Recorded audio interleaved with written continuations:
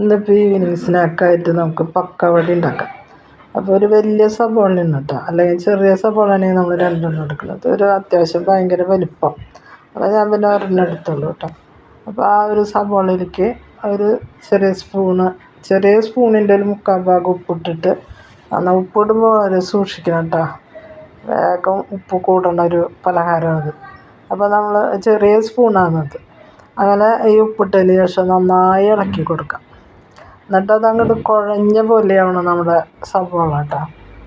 നന്നായി ഇളക്കി കൊടുത്തതിന് ശേഷം ഒരു 10-15 മിനിറ്റ്, 10 മിനിറ്റ് വെച്ചാലും മതി, നമുക്കതങ്ങനെ മാറ്റി വയ്ക്കാം. എന്നിട്ട് പിന്നെ ബാക്കി ഒക്കെ ചേർത്താൽ മതി.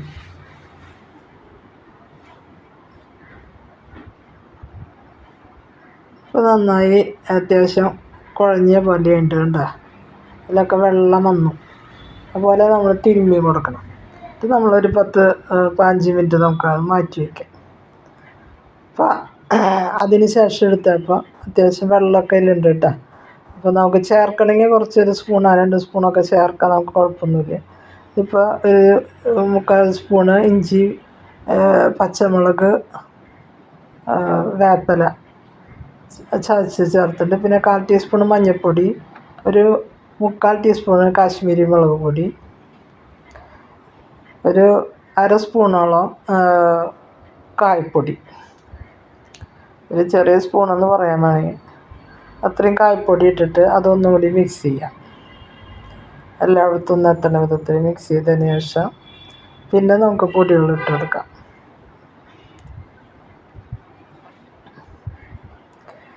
പിന്നെ അതിലേക്ക് കടലമാവ് ഒരു 3 ടേബിൾ സ്പൂൺ ഇട്ടിട്ടുണ്ട് കേട്ടോ കടലമാവ്.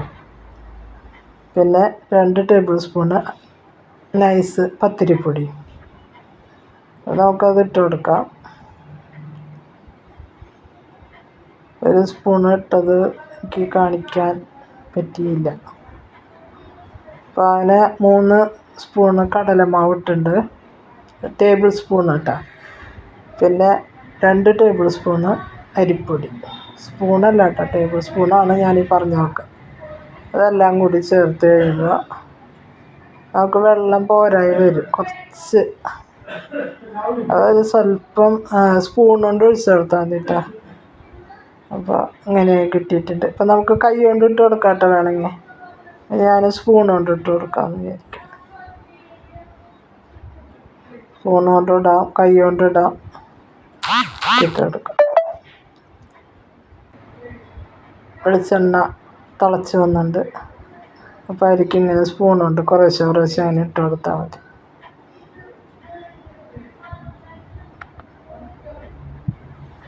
നല്ല പക്കവടയായിട്ട്, നല്ല എരിവുള്ള പക്കവട നമുക്ക് ഈവനിങ് സ്നാക്കായിട്ട് ഉപയോഗിക്കാം.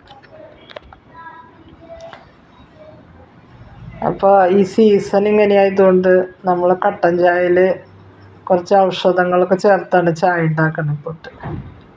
അപ്പോൾ തൊണ്ടക്കാറിലും അതുപോലെ മഴച്ചാറിലൊക്കെ കൊണ്ടിട്ടേ ചെറിയ ചുമയും അതൊക്കെ ഉണ്ടെങ്കിൽ നമ്മളിപ്പോൾ എല്ലാത്തിനും അങ്ങനെ ഹോസ്പിറ്റലിലേക്ക് ഓടണമെന്നില്ല. അപ്പം ഇങ്ങനെ ഒരു ചെറുവൈദ്യമൊക്കെ മതി നമ്മുടെ അങ്ങനത്തെ കാര്യങ്ങൾ കേട്ടോ. വലിയ പനിയൊക്കെ ഉണ്ടെങ്കിൽ നമ്മൾ എന്തായാലും പോകണം. അപ്പോൾ ഇതാണ് നമ്മളുണ്ടാക്കിയ പക്കവട. അപ്പോൾ അതിന് കോമ്പിനേഷനായിട്ട് നമുക്കൊരു ഔഷധ ചായ ഉണ്ടാക്കാം. അപ്പോൾ അതിന് വേണ്ടിയിട്ട് ഒരു ശർക്കര, വലിയ ശർക്കര അച്ചാണ് കേട്ടോ, ചെറുതാണെങ്കിൽ 2 ഇടേണ്ടി വരും. ഒരു 1.5 കപ്പ് വെള്ളം. അപ്പോൾ ഞാനത് ശർക്കര പൊട്ടിച്ചിട്ടൊക്കെയാണ് വേഗാവാൻ വേണ്ടിയിട്ട്. അപ്പോൾ അതിലേക്ക് ഇഞ്ചി ഒരു കഷ്ണം ഇട്ട് കൊടുത്തു.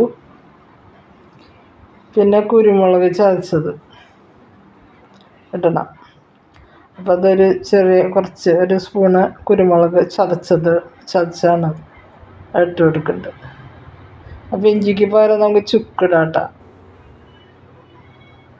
ഈ ചുക്കാണെങ്കിൽ നമ്മൾ സൂക്ഷിക്കണം.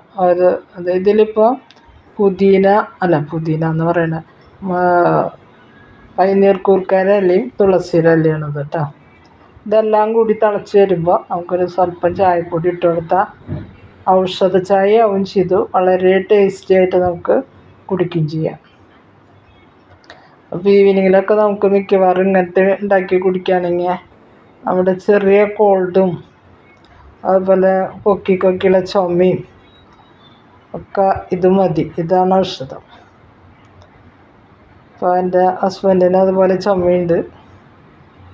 അപ്പോൾ നമുക്ക് വരാതിരിക്കാനും ചെയ്യാട്ടത്. അപ്പോൾ ഇങ്ങനെ ഒരു കട്ടൻ ചായ ഉണ്ടോ, കട്ടൻ ചായ ചൂടോടെ അതിന് ഒപ്പം കോമ്പിനേഷനായിട്ട് നമ്മുടെ പക്കവട വളരെ ടേസ്റ്റിയാണ് ഇന്നത്തെ ഈവനിങ് സ്നാക്കും ചായ.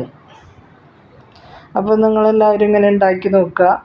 നിങ്ങൾക്ക് ഇഷ്ടപ്പെട്ടാൽ ലൈക്ക് ചെയ്യുക, ഷെയർ ചെയ്യുക, സബ്സ്ക്രൈബ് ചെയ്യുക. അപ്പോൾ വീണ്ടും വേറൊരു വീഡിയോ ആയിട്ട് കാണാം.